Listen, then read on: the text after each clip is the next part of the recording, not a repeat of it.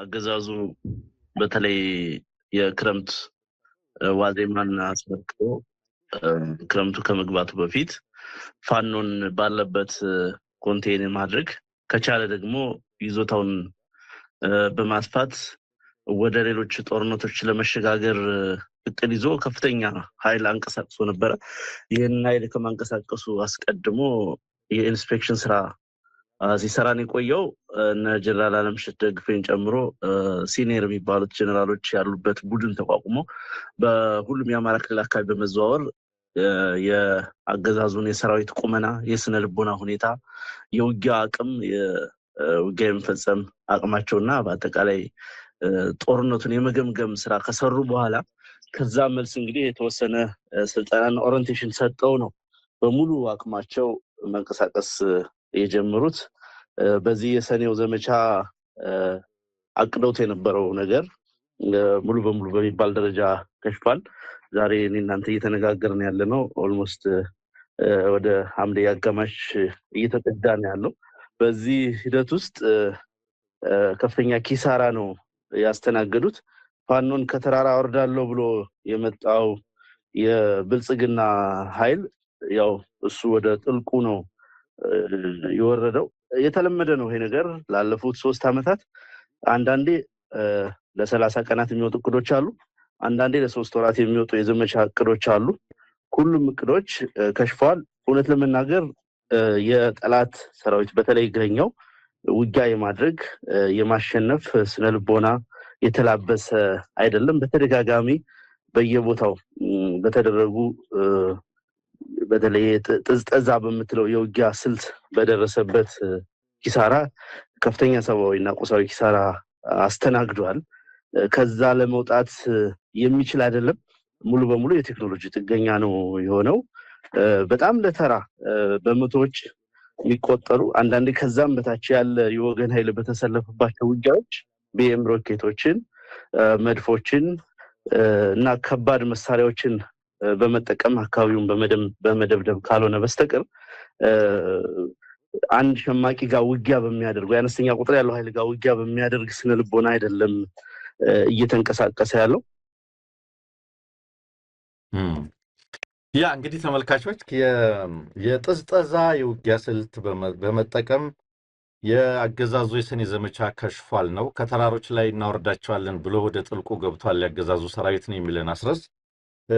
እንግዲህ በተለይ በጣም ከፍተኛ ሰራዊት፣ ከፍተኛ ወታደራዊ መኮንኖችን ያሰማራው፣ ከፍተኛ የቡድን መሳሪያዎችና የጅምላ መሳሪያዎች እንግዲህ መድፍ ቢኤም የሚተኮስበት ነው።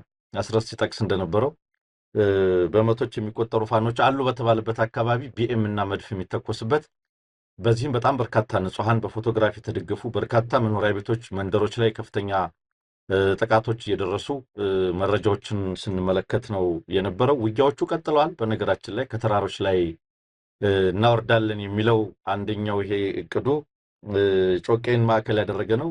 ዛሬ ይህን ፕሮግራም እየሰራን ባለንበት ወቅትም ጮቄና አካባቢ ላይ ከፍተኛ ውጊያ እየተደረገ እንደሆነ በተለይ ደግሞ የቴዎድሮስ እዝ 54ኛ ክፍለ ጦር እንደዚሁም ሌሎች የ109ኛ ኮር 99ኛ ክፍለ ጦር የኢንጂነር ክብር ተመስገን ሻለቃ ጮቄ ላይ ከአገዛዙ ኃይል ጋር ውጊያ እያደረጉ እንደሆነ መረጃዎች ደርሰውናል።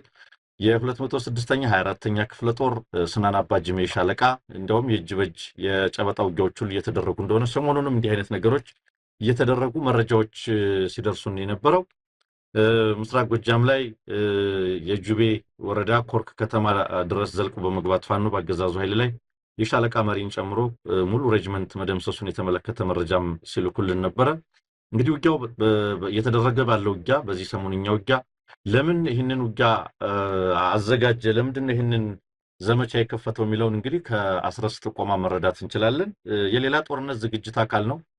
በተወሰነ ደረጃ እንበትናቸው። ምናልባትም ደግሞ እኔ የምጠረጥረው ተመልካቾች እዚህ የምዕራብ ቀጠና የቴዎድሮስ እዝ አካባቢ ልዩነቶች አሉ። ስራ አስፈጻሚም እንኳን መመደብ አልቻሉም። እርስ በርስ አሁን ተናበው ውጊያ ሊያደርጉ አይችሉም የሚል ግምት ወይም መላምት ይዞ ሊሆን እንደሚችል መገመት እንችላለን።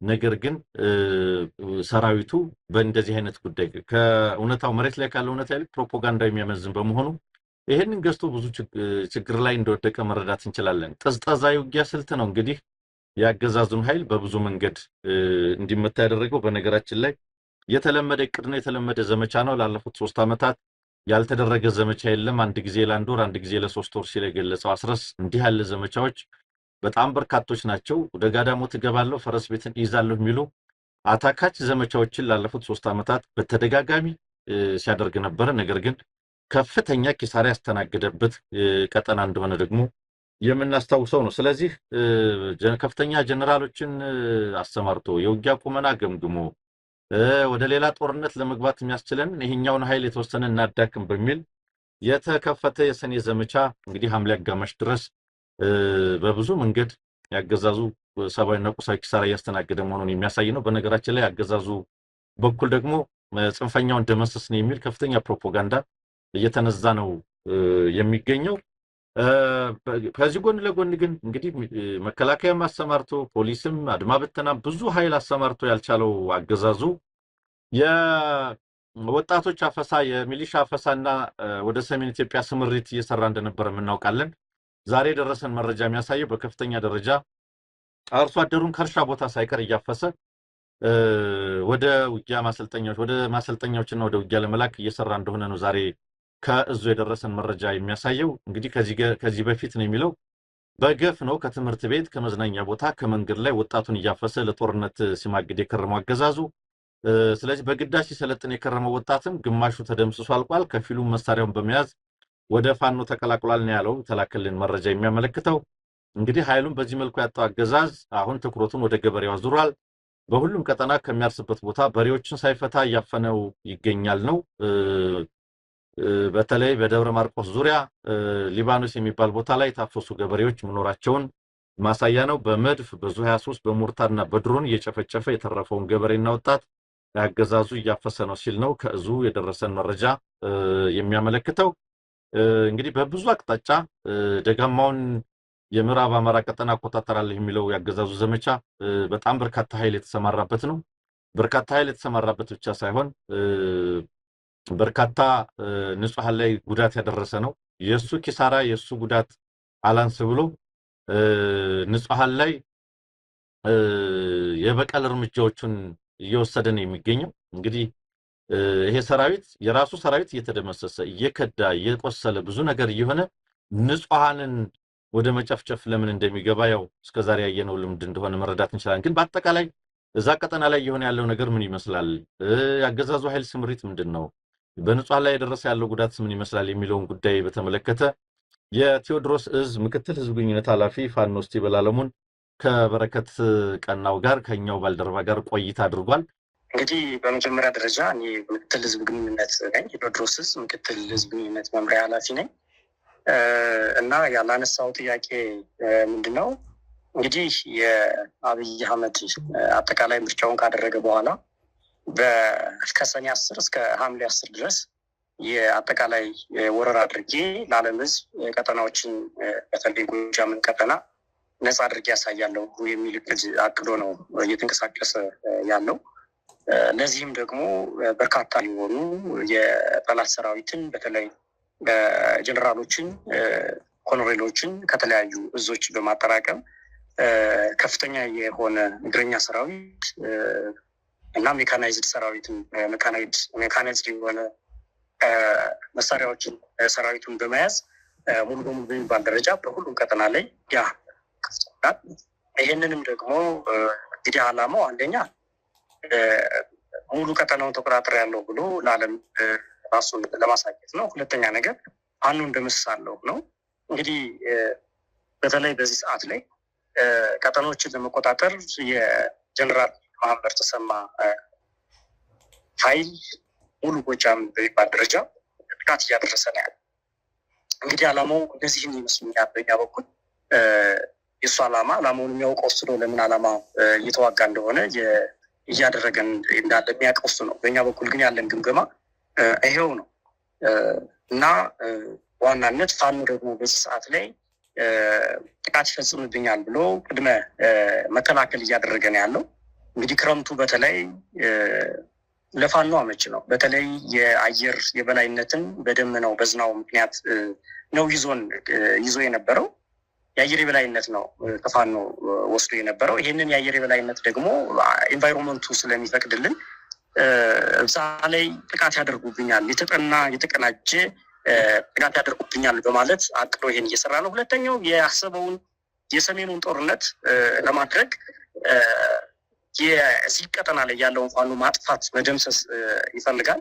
በዚህ ምክንያት ከተለያዩ እዞች ከ6ኛ እዝ ከምስራቅ እዝ ከሌሎችም እዞች ላይ ጀነራሎችን እና ኮሎኔሎችን በማምጣት ጎጃም ላይ ከፍተኛ የሆነ ወረራ እያደረገ ይገኛል። እንግዲህ ዓላማው ይሄን ይመስለኛል ወንድም አለም። እንግዲህ ቀጥዬ ስመጣልህ ነገር ግን ምን ገጠመው የሚለው ነው ዋናው ነገር። ይሄንን ለማድረግ ጠላት ተንቀሳቅሶ ምን ገጠመው የሚለውን ስናይ አንደኛ ባሰበው ልክ ማግኘት አልቻለም። ፋኖ የጎሪላ ተዋጊ ነው፣ ጎሪላ ፋይተር ነው፣ ሽምቅ ተዋጊ ነው። ስለዚህ ቀጠኖችን በፈለገ ሰዓት ላይ ይዞ በፈለገ ሰዓት ላይ የሚልክ ኃይል ነው። እኛ ደግሞ በጠላት እቅድ አይደለም ተሰዋቀው የራሳችን እቅድ አለን። በራሳችን ቀመር ነው የምንዋቀው። የራሳችን ስልተምት አለን። ዓለም ከሚያውቀው የተለየ ስልተምት አለን። ይህን ደግሞ በተለያዩ ጊዜያት አሳይተናል። ዙ 23 በክላሽ እንዴት እንደሚማረክ በድንጋይ እንዴት እንደሚማረክ ደጋዳሞት ላይ ደንበጫ ላይ በርካታ ቦታዎች ላይ አሳይተናል። የራሳችን ስልተምት ቀመር አለን። ስለዚህ እሱ ሲመጣ እንዴት ነው የምንመክተው? ጠላት ሲመጣ እንዴት ነው ምንሸሸው? እንዴት ነው አዙረን የምንወቀው የሚለውን የምናውቅበት የራሳችን ቀመር አለን። ስለዚህ የኛ ጦር መሪዎች በተለይ እነ ሻለቃ ዝናቡ እና ሌሎችም መሪዎች ይህንን ምት ለመምታት የራሱ እቅድ አቅደን እየተንቀሳቀስን ያለበት ሁኔታ ነው ያለው። በተለይ እንግዲህ ደጋዳሞት ላይ ብቻ 3 ጀነራሎችን 7 አዋጊ ኮሎኔሎችን ይዞ ተንቀሳቅሷል። እንግዲህ ከደጋዳሞት ላይ ከደንበጫ በ3 አቅጣጫ ከቋሪት በተመሳሳይ እንዲሁም ደግሞ ከአዴት የዋሸራን አካባቢ ይዞ ከሞጣ ወደ በረሃ ጭምር እየተንቀሳቀሰ ያለበት ሁኔታ ነው ያለው። በተመሳሳይ ከደብረ ማርቆስ በቅርብ ርቀት የምትገኘዋ የአማኑኤል ከተማ አሁንም ወደ ጋሰኝ እየተንቀሳቀሰ ያለበት ሁኔታ ነው ያለው። በተለይ ከዚህ ከቦቅላ ከሚባል አካባቢ ከደብረ ማርቆስ ወደ ረቡዕ ገበያ መስመር የሚያስኬድ በርካታ የሆኑ ቀጠናዎች አሉ። ፋኖ ይዞታዎች ወደ እነሱ እየተንቀሳቀሰ ያለበት ሁኔታ ነው ያለው። ከረቡዕ ገበያ እየተንቀሳቀሰ ወደ ጮቄው እየተንቀሳቀሰ ያለበት ሁኔታ ነው ያለው። ከድጎ ጽዮን ወይም ቢጉኝ ወረዳ ከሚባለው ወረዳ አሁንም ወደ ጮቄው እየተንቀሳቀሰ ያለበት ሁኔታ ነው። ይሄንን የሚመሩት በርካታ የሆኑ ኮሎኔሎች ናቸው። እንግዲህ ቅድም ያልኩህ ደጋዳሞት ላይ ብቻ ናቸው እነዚህ 3 ጀነራሎች እና 7 ኮሎኔሎች። ወደ ቢጉኝ የሚንቀሳቀሰውን በተለይ ከድጎ ጽዮን የሚመራው ኮሎኔል አለ፣ ሌላ ነው። ይሄ ደግሞ ሌላ ነው። ከአማኑኤል ተነስቶ ወደ ደጋሰኝ የሚንቀሳቀስ የጠላት ኃይል አለ፣ ይህንን የሚመራው ሌላ ነው። ከደንበጫ ተነስቶ ወደ ገሊላና ወደ አንጀኔ ወደሚባል ቦታ የሚንቀሳቀስ ሌላ ኃይል አለ። እንግዲሁም ደግሞ ቆየ ላይ ተነስቶ ሊተኩስ ኃይል የሜካናይዝድ ጦር አዘጋጅቷል። ጎጃም ላይ አጠቃላይ ከቀጠናው ከአጎራባሽ ቀጠና ላይ ያሉ እዞችን ሁሉ ሰብስቦ ነው እየተዋጋ ያለው። ነገር ግን እንዳልኩ ቅድም ፋኖ በራሱ ቀመር እየተጓዘ ስለሆነ ያለው አመች ቦታዎች በተለይ መግደያ ዞን የሚባል አለ። ወደዛ መግደያ ዞን ከዚህ በፊት የማረክንበት ከዚህ በፊት ሙሉ በሙሉ ሻለቃዎችን እየደመሰስንበት ቦታዎች ላይ አመች ቦታዎች ላይ እየሳበ ወደሚፈልገው ቦታ እያስገባቸው ይገኛል። በርካታ ቦታዎች ላይም ደጋዳሞትን ተቆጣጥሮ በነጋቴው ላይ በማግስቱ በርካታ ዲሽቃዎችን እና የነፍስ ወከፍ መሳሪያዎችን የቡድን መሳሪያዎችን መማረክ የተቻለበት ውጊያ አድርገናል። ወደዚህ ቀጠና በማስገባት ይዘዋቸው የነበሩ ቦታዎችን መልሶ በመያዝ ለምሳሌ ደጋሰኝንን ይዞ ነበረ። ነገር ግን በትናንትናው ዕለት መልሰን በማጥቃት ቦታዎችን መያዝ ችለናል። በዚህ ልክ ነው እንግዲህ እያጠቃን ያለ ነው። አሁንም ውጊያዎች እንደቀጠሉ በተለይ እንዳልኩ በቢጉኝ ወረዳ አካባቢ በረቡዕ ገበያ ስናን አካባቢ በይቦቅላ አካባቢ ጎዛምን ወረዳ አካባቢ በይቦቅላ ብር ሻለቃ እና በንጉስ ተክለ ሃይማኖት ሻለቃ ውጊያዎች አሁንም እየተደረጉ ነው ያሉት። በመልሶ ማጥቃት አሁን የጁሌ ኔትወርክ ከተማ ላይ በርካታ መሳሪያዎችን ለማድረግ የቻለበት ሁኔታ ነው ያለው። በጣም አመሰግናለሁ። እንደው በኋላ ላይ ጠቅለል አድርገህ የመሰንበቻውን የውጊያ ሁኔታና አሁን ያለበትን ሁኔታ ትገልጽልኛለህ። ቀደም እንደው ስታነሳቸው የነበሩ በርካታ ቦታዎች አሉና አገዛዙ ስራዬ ብሎ በተለይ ትኩረት ያደረገባቸው ቦታዎች አሉና እንደው እነዚህን ቦታዎች ምን አስቦ ነው ትላለህ? አገዛዙ ከሰሞኑ በደንብ ኃይሉን አደራጅቶ እንግዲህ እነዚህን ቦታዎች በሁሉም በኩል ጥቃት እያደረገ ነው ያለውና እንደው ምን ታሳቢ አድርጎ ነው እነዚህን ዘመቻዎች የከፈተው? ከዚህ ቀደም ከነበሩት ዘመቻዎችና መቼም አገዛዙ አርፎ ያቅም በአማራ ክልል ቀጠናዊ የጦርነት አውድማ ከማድረግ አንጻርና እንደው ከቀደሙት እንቅስቃሴዎቹ ለየት የሚለው የሰሞኑ እንቅስቃሴ ምን ይመስላል የሚለውን እንደው እንዴት ተረዳው አንተ? አመሰግናለሁ። በድጋሚ በረከት እንግዲህ ትኩረት ያደረገባቸው ቦታዎች አሉ። እርግጥ ነው ለምን ትኩረት ያደረገባቸው? ትኩረት ያደረገበት ራሱ ምክንያት ይኖረዋል።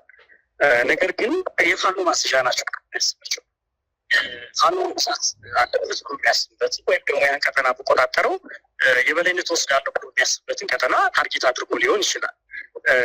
ነገር ግን ፋኖ እዚህ ቦታ ነው ወይም እዚያ ቦታ ነው ተወስነው ኃይል አይደለም። የአማራ ህዝብ ሙሉ በሙሉ በሚባል ደረጃ ፋኖ የአማራ ፋኖ የሌለበት ቀጠና አታገኝም። እኛ ከተማ ውስጥ ፋኖ አለን፣ እኛ ገጠር ውስጥ ፋኖ አለን፣ በሁሉም ቦታ ላይ ፋኖ አለን። ስለዚህ አጉል ግምገማ የገመገሙ ተጨባጭነት ያለው ግምገማ ገምግመው አያውቁም። ሁልጊዜ ሪፖርታቸው ውሸት ነው። እንደምታየው መግለጫቸውም ላይ እንደምታየው ሙሉ ቀጠናውን ተቆጣጠር ያለው ጎጃም ውስጥ የሚል አይነት ነው። ኮር አመራሮችን የያዛቸው ወይስ የዛ አመራሮችን የደመሰሳቸው? እንደዛ የሚባል ነገር የለም። ስለዚህ እንዲያው ይመቸኛል ወደሚለው ውር ድንብር ጉዞ ነው እየተጓዘ ያለው። እንግዲህ ይህን ሲያደርግ ደግሞ በተለይ በርካታ የቡድን መሳሪያዎችን በመያዝ ነው። ቅድም እንዳልኩ በርካታ መድፍ አሰልፏል። በርካታ ዙ 23ቶችን ዙ 23 ይዟል። የቡድን መሳሪያዎችን በብዛት ተሸክሞ ነው እየተንቀሳቀሰ ያለው። መልካም ወንድም፣ እንደው በስተመጨረሻ የሰሞኑን የውጊያ መሰንበቻዎችን የፋኖ ምላሽ ምን ይመስላል? እንግዲህ እኛም በየሰዓቱ የተከታተልን ለህዝብ እያደረስን ያለ ነው። እንደው በስተመጨረሻ ግን መሰንበቻው ምን ይመስል ነበር? የፋኖ ምላሽስ ምን ይመስላል? አሁን ላይ ደግሞ ቀጠናውን በምን አይነት ሁኔታ አለ የሚለውን ጠቅለል ያለ መረጃ ስጠኝና ውይይታችንን እንጨርሳለን። ወንድም አለም፣ እንግዲህ ጠላት አቅዶ በዚህ መልኩ እየተንቀሳቀሰ ባለበት ሁኔታ በተለይ ቴዎድሮስ እዝ ልዩ እቅድ በማቀድ በምን መልኩ መምታት ይቻላል የሚለውን በማቀድ የጠላትን እቅድ እያከሸፈው ይገኛል።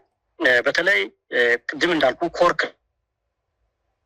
ላይ የጁቤ ኮርክ ላይ የነፍስ መሳሪያዎችን ማድረግ የተቻለበት ውጊያ አድርገናል። ጮቄው ላይም ደጋዳሞት ላይም ብሬንና ስናይፐር የቡድን መሳሪያዎችን መማረክ የቻለበት ውጊያ ያደረግነው ጠላትን ወደማይፈልገው ቦታ ወደማይወጣበት ቦታ እያስገባል እየደመሰስ ነው ያለበት ሁኔታ ነው ያለው። አሁን በደንብ ነው አጥንተን እየመጣን አከርካሪ እየሰበር ነው ያለን። ሙሉ በሙሉ በሚባል ደረጃ እቅዱን አክሽፈነዋል። እንግዲህ እሱ አስሻለው ቀጠናዎችን ነፃ አድርጌያለሁ ማለት ነው የፈለገው። ነገር ግን አንድም ፋኖ መያዝ ያልቻለበት በከንቱ የደከመበት ሰራዊቱን የተደመሰሰ የደንበጫ ላይ ረቡግና ላይ ቢቡኝ ላይ እየተደመሰሰ ያለበት የተደመሰሰበት ነው ጠላት። አሁን በዚህ ልክ ነው እንግዲህ ጠላት እየመታ ነው ያለን። ተስፋ በመቁረጥ ላይ ነው ያለው። ግማሹ እየከዳ ያለበት ሁኔታ አለ። አሁን ጠላት እየከዳ ነው፣ ወደኛ እየተቀላቀለ ነው። መሳሪያዎችን እየያዘ እየከዳ ያለበት ሁኔታ ነው ያለው እና ጠላትን በዚህ ልክ እየቀጠቀጥ ነው። የትኛውንም አይነት ኃይል ቢያሰልፍ የአማራ ፋኖን ማሸነፍ የማይችልበት አቅም ላይ ደርሷል። የሚጠበቀው ጠላት አሁን ጠላትን መጥቶ ሙሉ በሙሉ ማዛባት የሚባል ነው። በራሳችን እቅድ በራሳችን ቀመር ስንገባ ሙሉ በሙሉ በሚባል ደረጃ ጠላትን ከቀጠናችን ነፃ የምናደርግበት ቀን ቅርብ ነው። ነገር ግን ትኩረት ሊሰጠው የሚገባ የዓለም ሕዝብ ሊያየው የሚገባ አብይ አህመድ በተለይ የምክክር ኮሚሽን ሰብስቦ የምክክር ኮሚሽን አደርጋለሁ እያለ ባለበት ሰዓት ላይ የጎጃም ሕዝብን በድሮን በጀት በታንክ በመድፍ እየደበደበ ያለበት ሁኔታ ሊረሳ ይገባል። በዚህ ደግሞ ሰለባ የሆኑት ታጣቂዎች አይደሉም። ቤታቸው ላይ የተቀመጡ ንጹሐን፣ ቤተክርስቲያን ላይ መስጊድ ላይ ያሉ ንጹሐን ናቸው እያለቁ ያሉት። ያሳዝናል። ከብት ሳይቀር እንስሳት ሳይቀሩ አውሬዎች የዱር አውሬዎች ሳይቀሩ እየተደበደቡ በግምት ጫካ ባየ ቁጥር ብዙ 23 በመድፍ በድሮን እየደበደበ ያለበት ሁኔታ ነው ያለው። በዚህ ልክ ነው እንግዲህ ዛሬ ምክክር ኮሚሽን አደርጋለሁ እያለ በአንድ በኩል ግን ለጎጃም ህዝብ ለአማራ ህዝብ የላከለት ጀት ነው።